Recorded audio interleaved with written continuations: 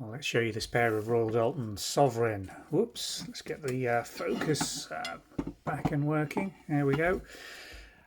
Dessert plates, large sides or small salad or dessert plates. The measurements are all on the website. Sovereign is this very nice gold and white porcelain. As you can see, the gilt decoration, it's all transfer printed on in gilt. Show you the Sovereign China marks H4973, copyright Doulton & Co Limited, late 20th century. Lion and crown marks, as you can see on there, in really good condition. They have had a little bit of use. There's an occasional knife mark on the surface, but if you've got a set of Sovereign and you're looking for some additional pieces to go in it, these are very, very clean considering their age. So two nice Royal Doulton Sovereign porcelain china. Let's get the focus, sorry. Not showing you these very well at all.